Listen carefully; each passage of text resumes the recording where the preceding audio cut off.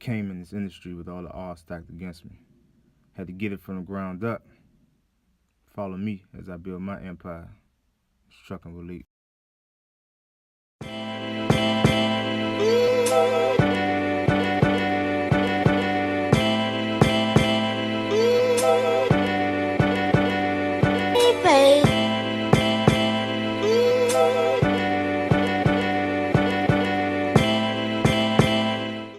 What's up, YouTube?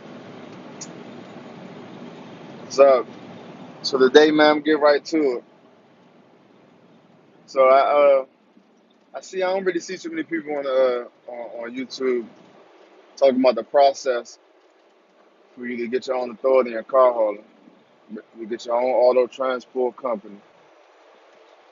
Now I'm able to speak on this because I'm in the process of doing this right now. I've been in the process for I would say the last few months. So what it takes, I'm gonna take it all the way back to just to the part of just trying to get your own equipment. So it's a lot harder. Cause I've been in I came in the trucking. I always knew I wanted to have my own trucking, have my own business, have my own truck and stuff like that. So I kind of always been doing the research, even from like when I first came in doing refrigeration before I even switched over to car hauling. So I would say the process from when you're on that dry van refrigeration side to the car hauling is like night and day. So first of all, getting your equipment and car hauling, if you want to get, you got to figure out what type of equipment you're gonna have. You're trying to get like one of these 9 car carriers, or 10 cars, like how the big companies have. That's gonna be pretty hard. Or you gonna just take on a lot of debt and be paying a lot of overheads, which you're not really having too many connections, which is be dumb if you ask me. So majority, like for the most part, you start out you're gonna if you want to start out with a semi trailer, you're gonna have to start out with a regular tractor and get a high mount trailer. The high mounts is the ones that comes with like the ones that you can where you can have a regular, you can get any little semi truck and just connect it to the fifth wheel, basically like how you do the dry vans and those type of trailers. So the high mounts you can get anywhere from 6 car, 7 car, 8 car to 9 car. So starting out, you're gonna more than likely have to get you're gonna have to have the setup that I'm about to have with my company, which is a regular tractor and a high mount trailer. I'm looking for an 8 to 9 car right now, so just because I want to be able to haul the maximum amount of cars I can haul on them, basically. But yeah, starting out, you're gonna pretty much have to get that because that's like the cheapest. From what I see, that's the cheapest route to start, the most affordable one. Because if you try to get like a 9 car to 10 car carrier starting out, like we just talking older equipment.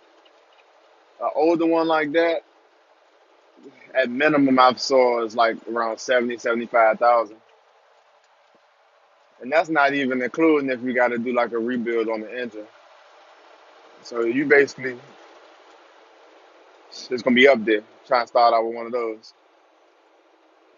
So trying to get the equipment, like I said, if you starting out the way I'm starting out with a tractor and getting the high mount, if you want to get your own authority, you're gonna need about at least this bare bones 40,000, but really you're gonna need about 50,000 just to get for your authority. Cause I done got a quotes with the insurance company. They talking about like 29,000, 7,500 down, and about around 24 to 2,500 a month for the insurance. And that was I didn't get the name out to the insurance company, but yeah, that was one insurance company. And that's with me having older equipment like that. I have a 2006 Freightliner Classic, and I was looking at I'm looking at like some 2,000 year old 8 to 9 car trailers. So that was the quotes I was getting. and then and then I base that basically off I had like 10,000, having like $10,000 in maintenance fund. So yeah, you get out there, man, you at least about 50,000, and that's like the cheapest route I've seen as far as if you want to have a semi truck and actually still make money. Because anything like I was what like basically the lowest trailer I was willing to have as far as hauling type cars was a 6 car, but I really wasn't trying to do that. But like, if I just couldn't find those 7 to 8, 9 car trailer that was reasonable in my price range, then I would have did that because I knew I could have still. Basically, I want to try and gross at minimum 6,000 a week to be able to pay for everything I got going on. So with a 7, 8 to 9 car, you can do that. But yeah, you're looking at about 50,000. And if you want to have like a 9 to 10 car carrier, you're gonna need about 100,000. I'm talking about cash money. However you get it, whether it's a loan or whatever, you're gonna have that type of money. Because like I said, the truck gonna cost you about 70, 80, let alone. Then you talking about you gotta do some little minor stuff to it, and don't let you have to do a rebuild. So yeah. So then you might say, oh, just lease to a company starting out. If you want to lease to a company with a doing car hauling, you still gonna need about 40,000 in my eyes just to be if you want to be all prepared, like having a maintenance fund and you know what I'm saying, as far as getting your equipment and stuff like that. Because the thing is, the difference between like those van companies and reefer and stuff like that, like why I say it's night and day, because on that side you can just buy your tractor and then lease their trailers and stuff like that. But in a car hauling, it ain't you're not really gonna be able to find. You can't really rent no trailers for real. Like nobody's not renting no trailer, and if they are renting a trailer, the monthly that they want you to pay on it, you're not gonna be making no money for real. You'd be better off just financing your own trailer. So it's not like driving in a reefer when you can just go cop a trailer real easy and you know what I'm saying, rent that. Like you're gonna have a hard time finding a trailer to rent in car hauling, and then if you do, it's not even gonna be worth renting for the most part. At least from my opinion, from what I've saw out there. Like I said, this is all me speaking from. Like I said, the last few months, I've been basically putting in place the stuff I need to put in place over my own authority. So I'm speaking from, I would say, experience. So yeah, you need some good amount of money to be able to get out there. That insurance is very high for car hauling versus them other niches. I can't speak on all the other niches, but I know it ain't. I've gotten quotes before for when I was doing refrigeration. And this is like 5 years ago. I think it wasn't nowhere near as that. It was like probably like 15, 14,000, and that was when I was young. So and I ain't had no trucking experience. So probably be even lower than that. So yeah, car hauling is basically double type of insurance you would pay if you was doing anything else. That's because the liability, and also they know the money that you can make in this. So there's just a lot of roadblocks you're gonna have. Like it's a lot of roadblocks you're gonna have. I would say the big companies, man, they definitely did good. Like you gotta give them props for his props, give them credit where credit's due. They got a lot of roadblocks that makes it hard for you to get to the next level, man. Like, even if you like, even from the company standpoint, when you're a company driver, it's so hard to even get to the point to where you get your own equipment, man. Because it's like with the e-log and everything, hours of service, and then the cost of the equipment.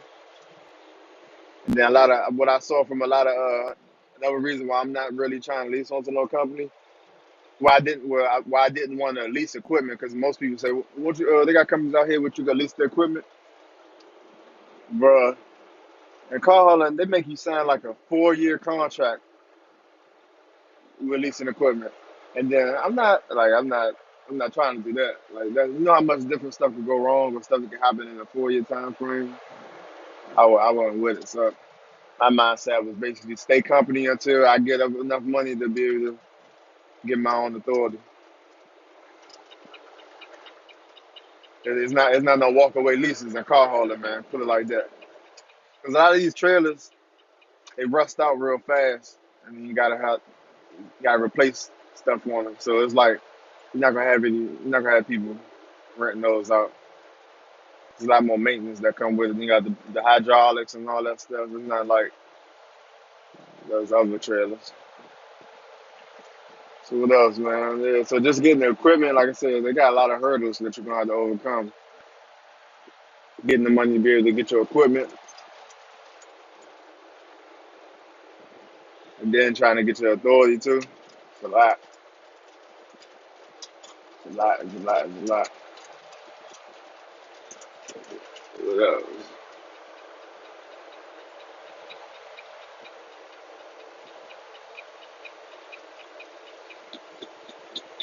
Uh,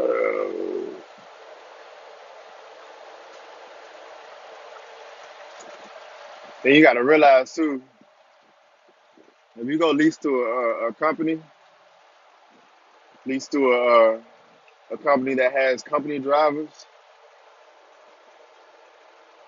they're gonna give you the bare bones minimum loads, man. Like you just gotta think with common sense wise, like common sense. Another YouTuber actually said this first, and it made me think about it. If you had a company that has company drivers and you are owner operator, whatever, they make more money giving the loads to the company drivers than they do on the owner operator side. Can say they taking 10, 20% or whatever of the loads that they giving you. They making way more money if they give it to a company driver. So why would they give the high? It's all about it's just straight business. We're talking about making money here.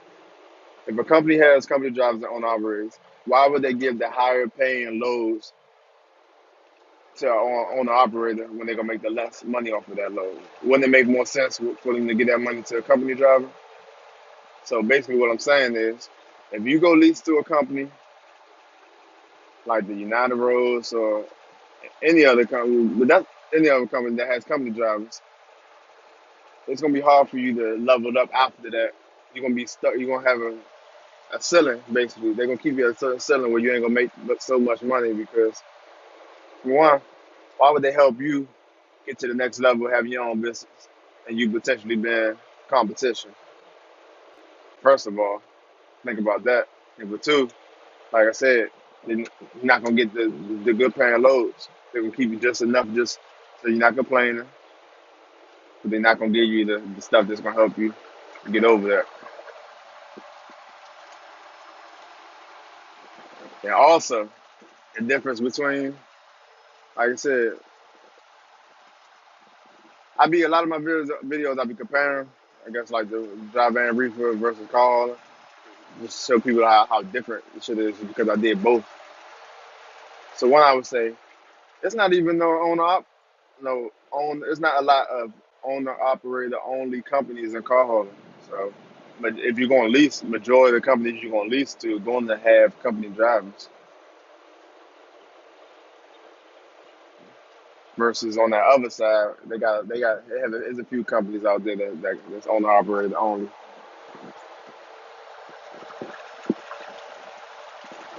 And it's really like a good. There's only like probably a handful of companies in car hauling that basically control all of the work for real. So it's a lot more difficult to get a start in car hauling, man. Takes a lot more money, a lot more. Yeah, this is the process, man.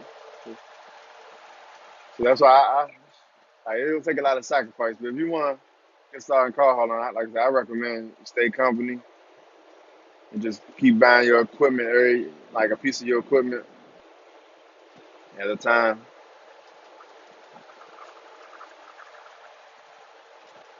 You buy it piece by piece and save up your money.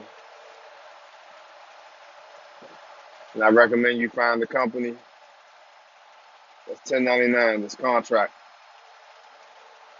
so that you get all your money and you keep investing in yourself instead of having taken taxes out during a year. Like, that's if you want to be a entrepreneur or have your own business. I recommend that. And if you don't, you just want to be a company driver, then yeah, go ahead. You know what I'm saying? Work for a company that got benefits and all that stuff.